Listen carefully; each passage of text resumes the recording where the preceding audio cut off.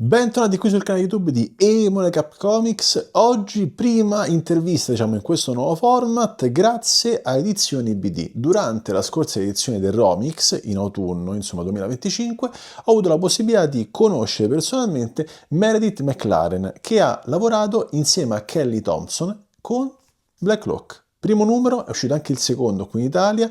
Molto interessante perché innanzitutto do un gancio anche perché magari non conoscesse questo team. La Thompson, quella che sta lavorando attualmente ad Absolute Wonder Woman, quindi può far già intuire il livello di un'autrice che sta spopolando, sta lavorando benissimo e sta lavorando di base con grandi, creativi artisti. In questo caso, se con Absolute Wonder Woman ha avuto Sherman come gran supporto, in questo caso la McLaren, che ha avuto, ripeto, la possibilità di conoscere Romix, devo dire che colpisce e funziona perché ha creato, vi metto anche qui un po' in sottofondo, come sfondo, qualche pagina del fumetto, un progetto che personalmente ho conosciuto grazie a questa opportunità, a questa intervista, che va ad unire un genere a me molto caro, ossia il noir, con tanti elementi fantasy, quindi creature, ambientazioni ovviamente fantasiose, particolari, con un tratto davvero accattivante. Ho discusso di questo con l'autrice, mi conoscete, io cerco sempre di andare un po' più in là, tra virgolette, della semplice domanda tecnica, uno perché secondo me è carino anche conoscere qualche dietro le quinte, anche il rapporto stesso tra, in questo caso, autrice, sceneggiatrice, artista, molto interessante, ma soprattutto anche riguardante il cosiddetto processo creativo che porta poi alla costruzione delle tavole, il paneling e tutto quel che poi vediamo tranquillamente. Questo, come ho detto, è il primo numero. È uscito anche il secondo che devo ancora leggere, questo però, il primo, è stato molto ma molto promettente. Sapete, io non leggo o non mi interesso di un qualcosa in modo forzato perché sono qui a parlare anche di fumetti e che consiglio indirettamente, quindi quando c'è stata questa occasione mi sono ovviamente informato e devo dire che si è andato a creare questo connubio molto interessante ed è, dal mio punto di vista, un ottimo anche messaggio questo che cerco di lanciare. Apritevi, cioè è sempre bello anche aprirsi anche a nuovi orizzonti, nuove letture, ma soprattutto anche a artisti o altro che magari di primo acchito non vengono conosciuti o non sono ancora mainstream.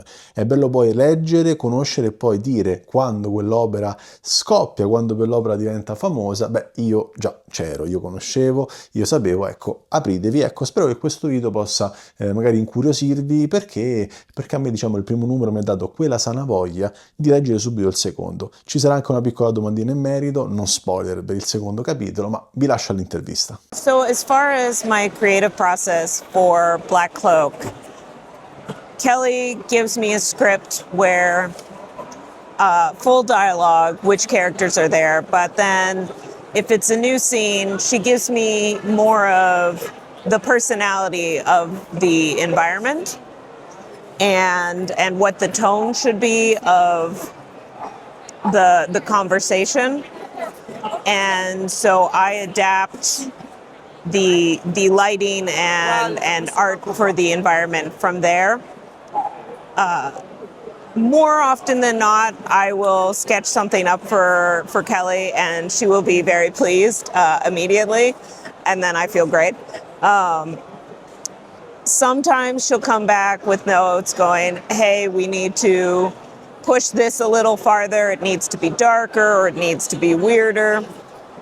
And then I have to push it a little harder. I try to get it right the first time, and so I'm a little frustrated when I can't do that just professionally. But more often than not, the end product we get is more a result of like vibes,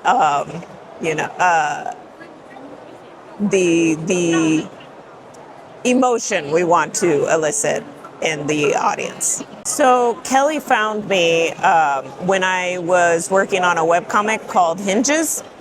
I had just finished the first book. I went to crowdfund it through Kickstarter, and Kelly found it right after the Kickstarter ended. But she really liked my artwork. At the time, she was doing her own podcast where she was interviewing creatives for comics and those kind of fields. So she hadn't started writing comics yet. From her podcast, she went on to write a short for Buffy and a few other shorts, I think, in between there. And then she came to me and she's like, hey, I'm feeling more confident about the comic making process. I'd really like to do a book with you. And I'd like it to be about somebody who very literally loses their heart. And I jumped at the chance because that was actually a story idea that I had been toying with for a long time. So if I could get somebody else to write it for me, all's the better. So that became Heart in a Box through Dark Horse. And we worked really well together. More often than not, when Kelly turns in a script to me, I feel like I've been given a gift and I'm really excited, and that puts me in a mood to reciprocate and make this really great thing that I can give back to Kelly, so that we can just keep giving each other these little gifts.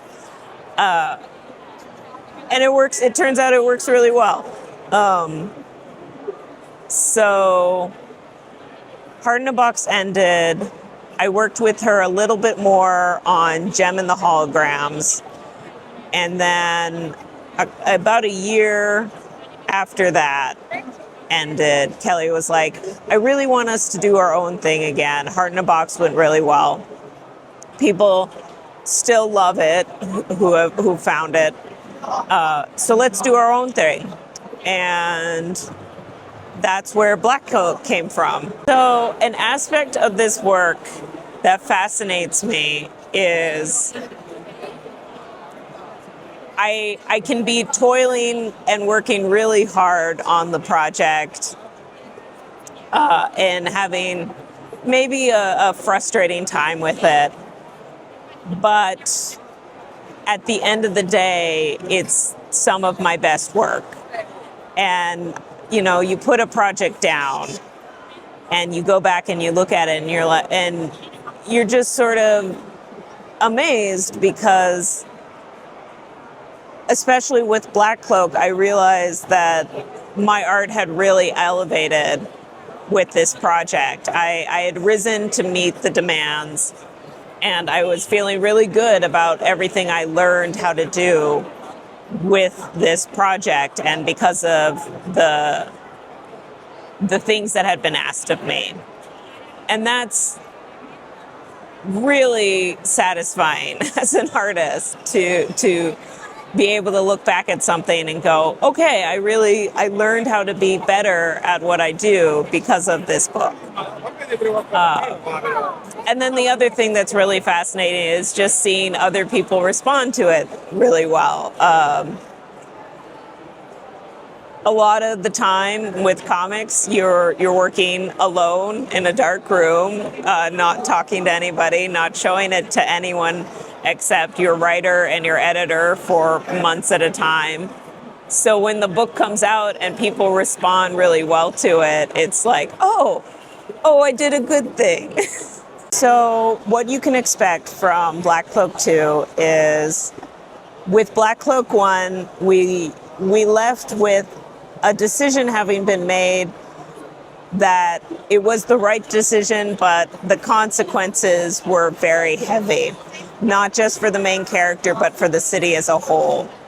And there's a time skip. It's been several years, but they're still trying to recover from this. Some of them, some areas are recovering faster than others. And the lead character, Essex, has to figure out if she wants to step back into the role she inhabited in the previous book, and finding that she is quite good in that space still. And let's see what elevated in this book. I think what I really wanted to push was the environments. I think that above everything else that I improved upon between book 1 and 2, I wanted to give an even greater depth to the world of Kairos. And I felt like I did that. Oh, thank you.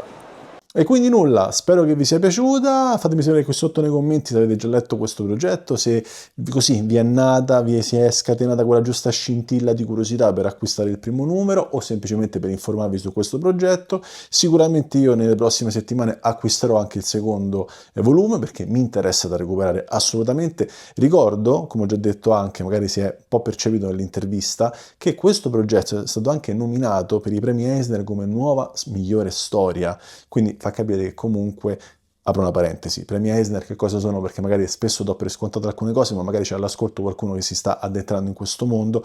I premi Eisner sono una premiazione e celebrazione americana, ma una delle più importanti a livello mondiale, che attesta la migliore storia, progetto, artista, quel che sia dell'anno in questione. Ecco, fa capire che comunque questo è un progetto attenzionato e secondo me da, tra virgolette, dare una chance. Per il resto ci vediamo al prossimo contenuto, grazie ripeto a Lezione BD per l'opportunità, è bello che pian piano questo canale possa portare anche questo tipo di contenuti, ne arriveranno anche tanti altri in futuro e ci vediamo alla prossima, ciao!